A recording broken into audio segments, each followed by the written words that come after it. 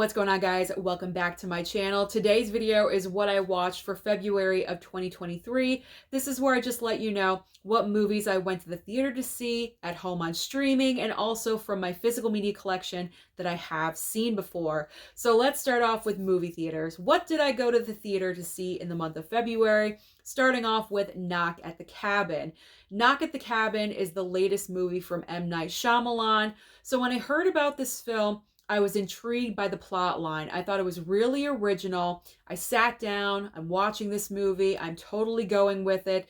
Dave Bautista, great performance, chilling at some moments. I was really into this. But the problem with Knock at the Cabin, and also M. Night Shyamalan in general with his movies, is that he doesn't know how to stick the landing. For some reason, he's good for about 3/4 of the way through. And then once we need to land the plane, there's something left to be desired, unfortunately. So this movie did not end on a great note. However, I will say, M. Night Shyamalan, you're doing better, because Old was and Knock at the Cabin is better than Old. So I feel like M. Night Shyamalan is improving, and I'm hoping that he listens to me and he takes these notes, and his next film is utterly fantastic, just like The Sixth Sense. But I mean, overall, I enjoyed Knock at the Cabin. Again, I like the idea, I like the premise, the performances were great, but the ending, not so much. So I gave it 3 stars on my Letterboxd. Moving on next to Ant-Man and the Wasp: Quantumania, also another 3-star rating on my Letterboxd account. Now, I love my Marvel, I love my MCU, you guys know this. However, for me personally, it feels like going to see an MCU film is feeling more like an obligation rather than me being excited about going to see it. And I'm not sure if it's because it's an Ant-Man movie, because I gotta be honest, I love Paul Rudd. I really do. In other projects and other comedies, I think he is hilarious. I think he's so funny and fantastic. But the Ant-Man movies are probably way down on my MCU watching list. If I want to watch an MCU film, I'm watching Avengers movies. I'm watching Infinity War. I'm watching Endgame. I'm not going for Ant-Man. I'm just not. So when it comes to the Ant-Man films, I'm not overly excited. We had a rocky Phase 4. This is the start of Phase 5. And I will say, the highlight of this movie, without a doubt, is Jonathan Majors as Kang. He has a great presence, a great backstory. You want to know more about him and where he's going in the future. So I'm looking forward to seeing where that character goes. But overall, as a whole, Ant-Man 3 is just okay. It's just an average movie, unfortunately. So again, 3 stars on the Letterboxd. And the final movie I saw in theaters that I had the best time with out of all 3 of these movies, believe it or not, Cocaine Bear. I loved Cocaine Bear. The reason why, another 3-star on my Letterboxd, because I went in with no expectations. I did not think this movie was going to be anything. I said, you know what, Susan, just go in, sit down, enjoy it, have a good time. And that's what I did. I know the concept is completely ridiculous, but here's the thing. It is based on true events of what happened. They just spun things around a little bit to create the movie. But you know what? It was entertaining and it was fun. Like I said, this was the best time I had in the theater all month of February. So I will take entertainment over a bad ending any day of the week. So give me a Cocaine Bear. Give me a Cocaine Bear. Give me Cocaine Shark next. Whatever you want to do. So Cocaine Bear had some fun, mindless entertainment. So let's move on to streaming. What did I opt to stream in February? Not as much as January, but still some good stuff. So starting off with, I got my little list right next to me. Starting off with Black Panther: Wakanda Forever. So obviously off of Disney Plus. I wanted to watch this again because in the month of February, my theme for watching movies was movies that are currently nominated for the Academy Awards, and also Psychos and Stalkers because of Valentine's Day. So I wanted to watch Wakanda Forever because of Angela Bassett and her nomination for Best Supporting Actress. So hence the rewatch, plus my mom didn't watch it, so we watched it together. Watching it at home, I had the same experience as I did in the theater. Yes, I enjoyed it. Definitely a high point of Phase 4, because let's be honest, Phase 4 was extremely rocky. However, I will say you're missing Chadwick Boseman. There's that one missing piece in this movie, and you feel it, and it is Chadwick. He's mentioned, you can see him in the movie, but it's just not the same. Obviously, it's not going to be the same. So you do feel that absence, but overall, I do respect them for what they did with this film, because, not having your lead character dealing with COVID while you're shooting, they had a lot of obstacles against them when they were filming this movie, and they got it done, and they put out a decent product. So I will say the runtime, way too long. It should not have been that long. They could have easily cut about 20 minutes from this film. All the little bantering between like the CIA people, Julia Louis-Dreyfus's, like, cut all that stuff out. Like, I did not care about any of that at all whatsoever. And I said that before when I was talking about this movie. But other than that, it's a solid, more solid MCU film than Ant-Man 3. So I will take it. I will take this one over Ant-Man 3 any day of the week. Let's move on next to Your Place or Mine on Netflix. This is an average rom-com. It came out the weekend before Valentine's Day with Reese Witherspoon and Ashton Kutcher. So pretty much you have two best friends who hooked up like 20 years prior, and for some reason it just didn't work out that way, but they became best friends instead. You can kind of guess where this is going. It's not like, we're not like recreating anything. It's a recycled rom-com is what it is. You have friends that hooked up, friends for 20 years. What do you think is going to happen at the end? Let's be honest. But I will say, it is refreshing to see Reese Witherspoon acting again. I believe she's on The Morning Show on Apple TV Plus, but I don't have Apple TV Plus, so I can't watch that show. I know she's been producing a lot of projects, which is fantastic, but it's nice to see her acting again. And Ashton Kutcher, where's he been lately? You know what I mean? So you take two people that haven't really been doing much on screen together, putting them there. They had some chemistry. I didn't think they had the best chemistry, though. They kind of did leave something to be desired. I don't know. But overall, it was a decent rom-com. So it's a nice little choice for Valentine's Day if you want to watch it. I know we're past Valentine's Day, but it was a good choice for me. All right. Moving on. Did that make any sense at all? All right. Moving on next to spoiler alert on Peacock. Now, this was my favorite watch in the month of February. I gave it 5 stars. I loved this movie. This is about a gay couple, true story, in fact, based on a gay couple. Unfortunately, one of them, I believe, gets cancer, and you know what happens. It is such a traumatic love story. It's starring Jim Parsons. Now, the other half of the couple that survives the story, he wrote a book under the same name. Spoiler alert, Jim Parsons plays that character. It was so nice to see him play something other than Sheldon Cooper. I know he's done other projects, but that's what he's known for. And that's what I've seen him at. I haven't seen his other projects. I thought this was such a great part for him. He did a great job. This movie is this is an emotional roller coaster. It really puts you through the ringer. And at the very end, you are feeling everything. I was a waterfall. I was crying so much. But you know what? We need to. As movie watchers and movie lovers, we need to feel this, and we need to experience. This is serious stuff. This is life. Life, death, all the emotions. I'm getting serious right now. But it's true.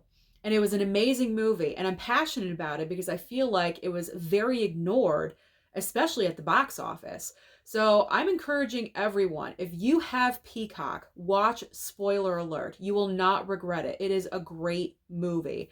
Let's move on. We're getting too serious. Okay, move on to You Season 4, Part 1. So I've been watching You since Season 1. I've been following Joe on his journey of havoc and what he's doing. So Part 2 is coming next week. I'm looking forward to that. Now, the reason why I really enjoyed this season so far is because they've taken the concept of Joe and what he's all about and kind of spun it around in a different way where Joe is extremely vulnerable. He's not necessarily the one that's in control, and I like that because this series, season after season, could get extremely repetitive. So with season 4 flipping it, I thought that was a very smart thing to do. I'm looking forward to seeing how they're going to wrap up the current season with part 2.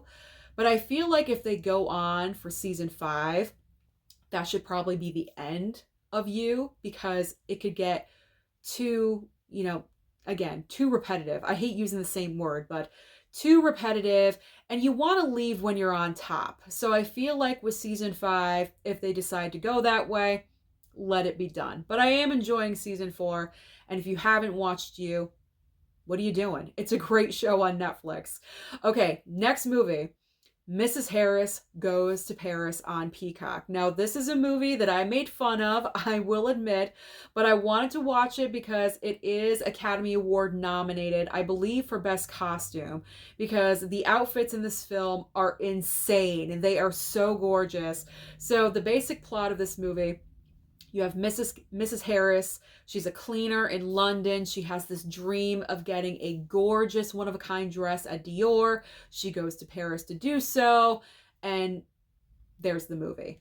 I don't want to say too much in case you haven't seen it, but it's a cute movie. It's a very cute movie, and I'm happy that I decided to stream it because it's one of those movies that I know I'll probably never watch again. I'm happy that I did.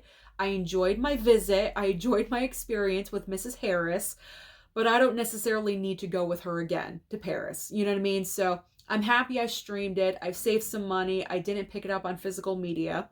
And the final movie that I decided to stream was Empire of Light on HBO Max. Very much the same scenario with Mrs. Harris Goes to Paris. Empire of Light was coming out on physical media. I was very unsure about this movie, whether or not I wanted to pick it up or not. So I decided to be smart, stream the movie, see how I feel. And I decided I don't need it. I don't need it in my collection. It is a one-time watch for me. It does star Olivia Colman. Also, Colin Firth is in this movie. But it's too much of a serious drama for me. There's a lot of emotions going on. I know it's not a movie that I would be pulling repeatedly. Like, yes, let me watch Empire of Light. You know what I mean? Like, it's not one that I'm going to get overly excited about to watch at home. Even though I love Olivia Colman, I decided to be a little bit smart with my money.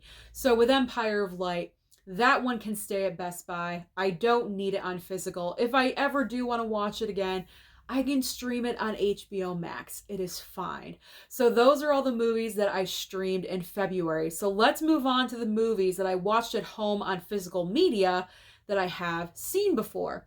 Now, as I mentioned, the movie theme for February was Academy Award nominees for this current year, and also Psychos, Stalkers, and Obsession movies for Valentine's Day. So starting off with Orphan First Kill. I was so excited to watch this again, especially with Mama Blu-ray. This was a lot of fun. We had a good time watching that one. And of course, obviously the original Orphan. She really liked this one a lot, especially that twist. I told her there was a twist and she liked it. Valentine's Day. My Bloody Valentine. Of course. Always going to watch that one. Whatever Happened to Baby Jane. This movie is so deliciously crazy and psychotic. Bette Davis and Joan Crawford are amazing in this movie. If you were to watch any black and white film besides Psycho, watch Whatever Happened to Baby Jane. You will not regret it. It is so good. It is so good. My other Valentine's Day watch, Valentine. How typical can you get? All right, move on. Let's move on to Robin Williams in 1 Hour Photo. The definition of creepy. So good. But then watching that, so missed. He was so incredibly talented in dramatic roles. Oh my gosh. All right. Butcher Baker, Nightmare Maker, because the aunt in this movie is so crazy, obsessive, insane.